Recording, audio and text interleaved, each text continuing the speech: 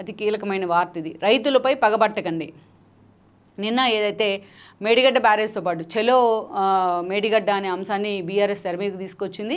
కేటీఆర్ ఆధ్వర్యంలో బీఆర్ఎస్ నేతలంతా కలిసి 5 బస్సుల్లో అక్కడికి వెళ్ళడం జరిగింది మేడిగడ్డతో పాటు అన్నారు. ఇవన్నీ కూడా వాళ్ళు సందర్శించే ప్రయత్నం చేశారు. అటు కాంగ్రెస్ నేతలు కూడా వస్తే తీసుకుపోతామంటూ కూడా మాట్లాడారు. సో అక్కడ రైతులపై పగబట్టకండి, కోపం ఉంటే మాపై తీర్చుకోండి, వరద వచ్చే నాటికి మేడిగడ్డ బ్యారేజ్ను పునరుద్ధరించాలి. ఎన్నికలకు ముందే మేడిగడ్డ బరాజ్ పగిలిచ్చింది. అంతకుముందే వరదల్లో బాహుబలి పంప్ హౌస్లు కూడా మునిగిపోయి కాళేశ్వరంలో. అప్పటి నుంచి పునరుద్ధరించలేదు. అప్పటి నుంచి కేవలం ఎన్నికల మీదే ఫోకస్ పెట్టి మిగతావన్నీ కూడా టీఆర్ఎస్ వదిలేసింది. కానీ ఈరోజు చూసినట్లయితే హడావిడిగా నిన్న ఎలక్షన్ను దృష్టిలో పెట్టుకొని కేటీఆర్ అండ్ టీం అక్కడికి వెళ్ళడం జరిగింది. అక్కడికి వెళ్ళిన తర్వాత ఆయన కొన్ని పొలిటికల్ కామెంట్స్ చేశారు, చాలా సెంటిమెంట్ కామెంట్స్ కూడా వాళ్ళ నాన్నలాగే. రైతులపై పగబట్టొద్దు, కోపం ఉంటే మాపై తీర్చుకోండి అంటూ కూడా కొన్ని కామెంట్స్ చేస్తున్నారు. అదేవిధంగా వరద వచ్చే నాటికి మేడిగడ్డ బ్యారేజ్ని పునరుద్ధరించాలి.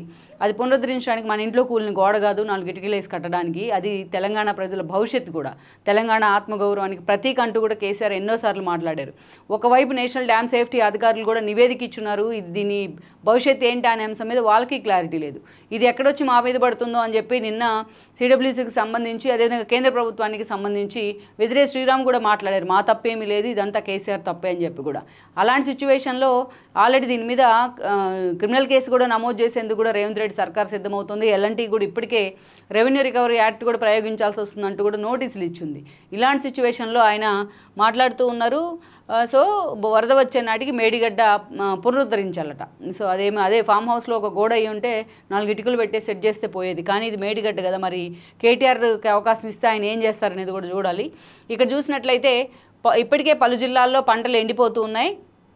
ఇక్కడ చూసినట్లయితే 1.6 కిలోమీటర్ల బ్యారేజ్లో 50 మీటర్ల పరిధిలోని మాత్రమే సమస్య. అంత పెద్ద సమస్యని ఇంత చిన్నదిగా చూపించే ప్రయత్నం ఇది కేసీఆర్ తీరే. ఆయన కూడా గతంలో అందే చేసేవాళ్ళు. ప్రతిపక్షాలను విమర్శలు చేసినా వాళ్ళకి అసలు ఏం తెలుసు అన్నట్టుగా వాళ్ళందరినీ కూడా బద్నాం చేసే ప్రయత్నం జరిగేది. ప్రతిపక్షాల దగ్గర నుంచి ఈవెన్ జర్నలిస్టుల వరకు కూడా ఎన్నోసార్లు అదే జరుగుతూ వచ్చింది. తానొక్కడనే ప్రపంచ జ్ఞాని అన్నట్టుగా కేసీఆర్ ఎన్నోసార్లు మాట్లాడుతూ వచ్చారు. అదే అహంకారాన్ని ఇక్కడ కేటీఆర్ కూడా ప్రదర్శిస్తూ ఉన్నట్టు మనకు స్పష్టంగా అర్థమవుతుంది. ఒక పక్క చిన్న సమస్య అయినట్లయితే కూడా దాన్ని రీస్టోర్ చేసే అవకాశం ఉండుండేది. ఇప్పటికే మరి నేషనల్ డ్యామ్ సేఫ్టీ అధికారులు అంతా కూడా వచ్చి ఎందుకు దానిలో అంత తప్పు ఉంది అని చూపిస్తున్నారు. ఆ స్థాయిలో భవిష్యత్తుకే ముప్పు ఏర్పడబోతోంది, తెలంగాణ ఇరిగేషన్ పరిస్థితికే ముప్పు ఏర్పడబోతుందని ఎందుకు చెప్పారనేది కూడా కేటీఆర్కి అర్థమవుతుందా లేదా అని చూడాలి. బట్ దీన్ని కూడా రాజకీయం చేసే ప్రయత్నమే ఇది. ఇక్కడ చూసినట్లయితే 50 మీటర్ల పరిధిలోనే సమస్య అంటూ ఒక ఎండార్స్ చేస్తున్నారు ఆయన. చెలో మేడిగడ్డ కార్యక్రమంలో పెద్ద ఎత్తున పాల్గొన్న పార్టీ నేతలు అంటూ కూడా కేటీఆర్ అండ్ వినోద్ మిగతా నేతలంతా కూడా ఈ కార్యక్రమంలో పాల్గొంటారని కూడా ప్రధానంగా ఈనాడు హైలైట్ చేసింది.